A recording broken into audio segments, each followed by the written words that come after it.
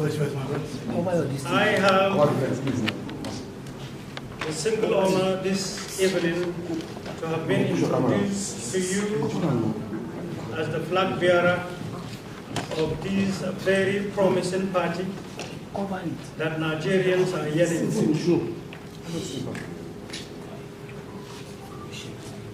We went through the processes as outlined by our laws and that of the INEC in producing candidates. Today, that result is what is being presented before you, and I have with every sense of humility, sense of duty, sense of patriotism, commitment and concern for the welfare and well-being of Nigeria and Nigerians, totally committed for peace, security, unity, and well-being, and then a great future for this country, that I accept the nomination and I accept to be the flag bearer of this very promising country.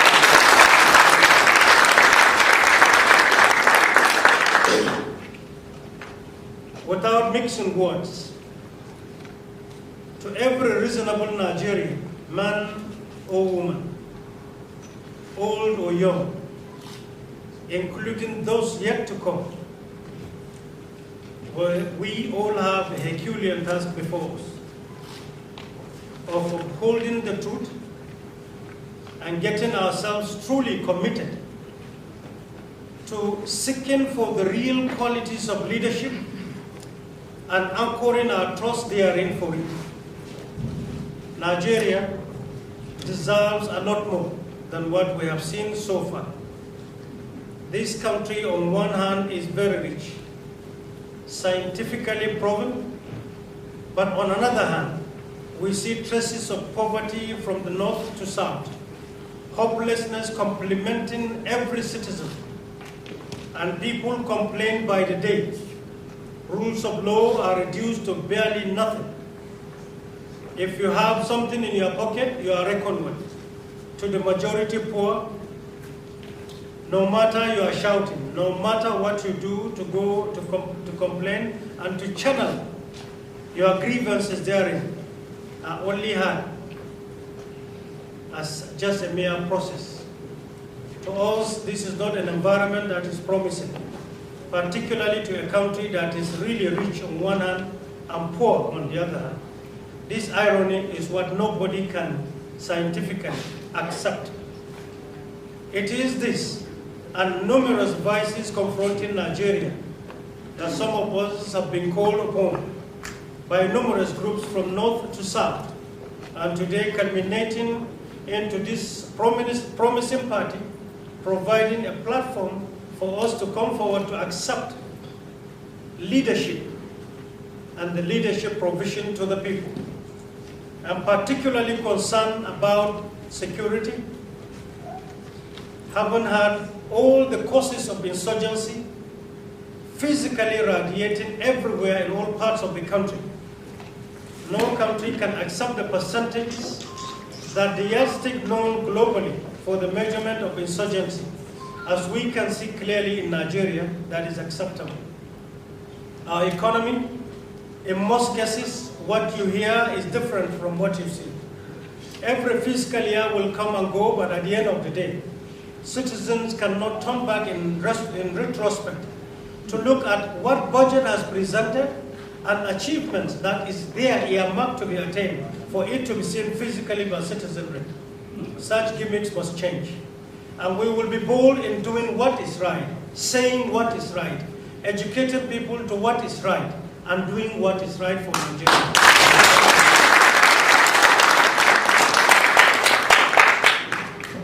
Our political arrangements in the country, those who have the advantages of utilizing the provisions of the law to manage the mechanisms of sustenance of political arrangements or administration in the country are having upper hand.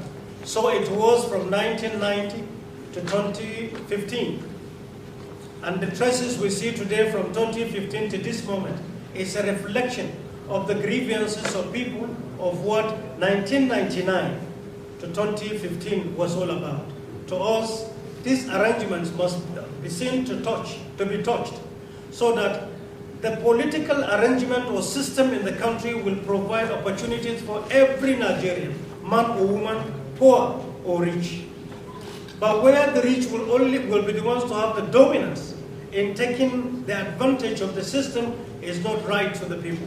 After all, it is such vices that promote causes of insurgency with grievances that one cannot answer in a country. The right to speak, the right to associate, the right to present, and the right to evaluate, and the right to be accepted as a citizen are part of it.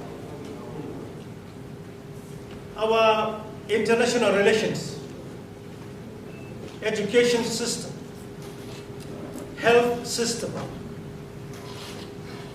In our economy or economic management of this country, there are specific areas that calls for special attention.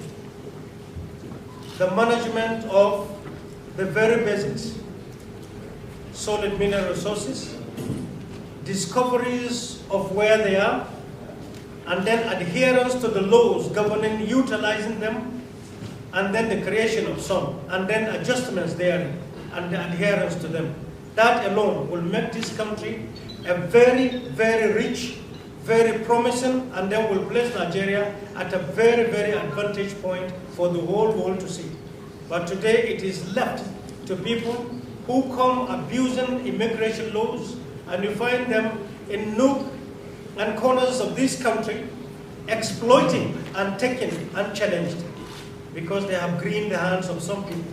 That is not right. Gas, oil, and the relevant materials therein are also not been right. If you have conducted lately even the activities in oil and gas sector and the management in the hands of those entrusted upon, you will know that Nigeria is really sick. We do not see results. We equally do not see, at the end of the day, projections that is touching the lives of the people. This and many more push me into accepting, particularly that we have the advantage of crisscrossing this country state by state, community to community. We have seen people speak. We are not the type that will go from one city to the other by air, not knowing what people are actually feeling and what they are saying. That's why when you speak from what you see in urban areas, those who are there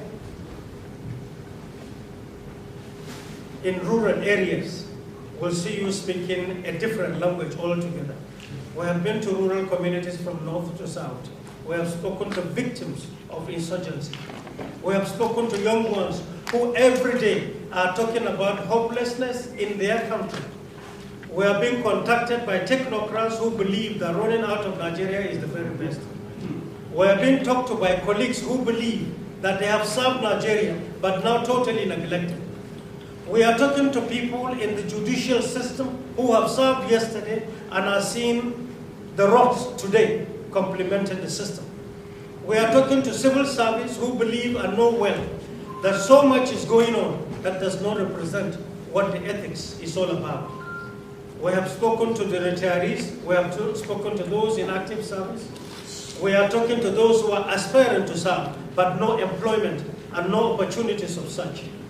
Scientifically, we believe the majority unemployed class of this country can be engaged in many ways. There are numerous innovations that we have. But for the purpose of this press conference, I tell you, we have a document that we'll adhere to, that will answer into various classes of Nigerians. In this party, we are today primarily concerned, and for obvious reasons, with the victims of abuses of maladministration. I'm talking about the majority. Now let me categorize. First, women. Women have been the victims of deception, particularly when election comes. Women are the ones that are seen as mothers, deceived whenever election comes. Lies are told to them, but no sooner power is attained, they are pushed back to where they were. And most of their requests are not answered. From the issue of gender equality to the provisions of services and minor supports for them to utilize in helping themselves. From minor loans to assistance, as today being embarked by numerous countries in third world, has been conversed by IMF, World Bank, and United Nations. If you take a look at our women, take any state from north to south, any from these 37 states, 36 plus Abuja, you will know exactly what I'm talking about. But they are very important only when election comes. In this party, deception is an abuse, and we will not converse for what we can do. Next is our youth.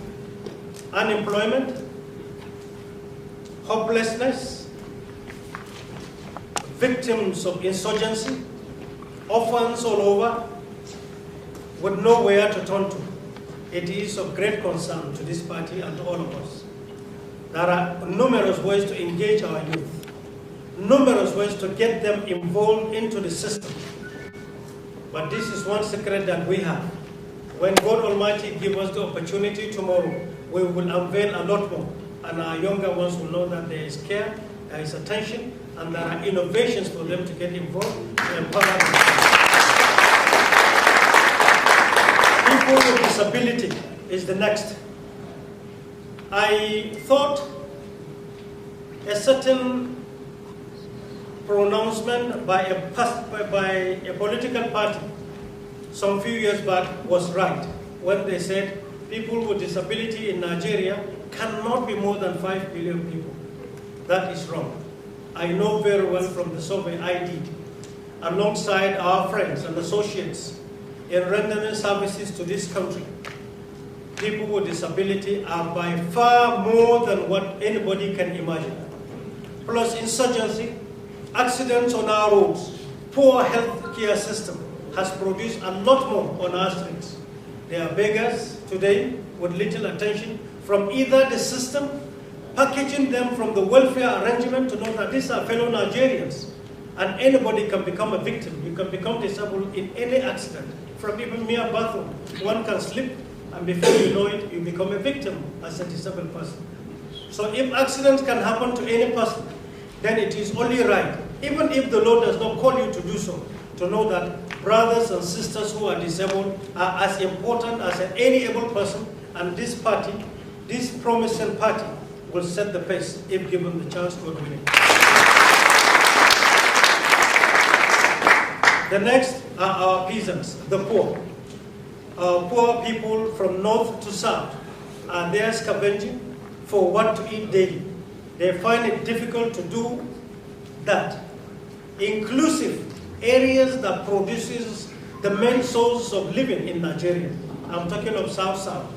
If you take the pains to go, not a politician who will come conversing for power, but only to now look at whatever the newspaper says and he utilizes that. No. Go to the rural areas, stay with the people, live with them and see the way they live. You will have a second thought on the way Nigeria is. So people who will go to mainly capital cities to go on campaign and then come to converse on television rather than going to the poor rural areas to live and know how much it takes in terms of pains for people to live for a day alone. Such persons are what we require. Come to provide leadership to the people from the pains of the people as your own experience. So our poor people are another anchor point. And lastly, heroes in Nigeria, living or dead. The dead heroes who have served are not fully recognized, not fully rewarded. They are not being copied because they have served and died. The poor ones who are heroes who have died are not even remembered at all. But the poor people who are heroes and given their very best, that Nigeria is living on their shoulders, are people we will recognize. And then ways of rewarding them, not only recognizing them, promoting and rewarding them is a system we have well packaged as a party. This document, this vision, and this projection is what we are looking at. We want a new Nigeria. And I'm quick to say this. God Almighty has created day and night. You walk in daytime and sleep in the night. He gave us a week for us to count and know that even in a week, you also have 2 days for you to go on holiday. In a year, there is an arrangement for you to take 1 month as a holiday, which shows that more than 3/3, if you look at it carefully, you are there resting. We only work for 1/3 in rendering service to our country. Yet, there are some people in this country who believe stealing is a 24-hour thing, it's a 7-day thing, it's 336 days responsibility or service they must do. They never go on holidays. They keep stealing and ruining this country. All we are saying is there is a certain practice that is unacceptable. It's satanic in its own way. To us, this is the first way to continue to fight corruption in this country. Fighting corruption in a form of gimmicks by allowing only one agency to canvass for is, to me, non-scientific, and to me is just a political tool to address or to hunt enemies. If you have to hold corruption in Nigeria, there are numerous ways to do it. Besides, corruption are of many types. Financial corruption is just one aspect of it. But there are also administrative corruption, where people in high places tell lies, is corruption. Setting bad example to younger ones is corruption. Distorting facts and events in our country and telling lies and having documents that misguide or misinform and create disaffection to the people by giving misinformation, meaning promoting hate and investing in hate, is also corruption. Absolutely. A country that cares for itself is a country that will look at the entire problems, A to Z, affecting their people and having solutions to them. We will not shy away from looking at our problems. We will also not shy away from presenting what our capacity is all about. We will also not shy away from raising them, no matter how much it will hurt any person. Leadership without fear of God Almighty. Leadership informed by the city.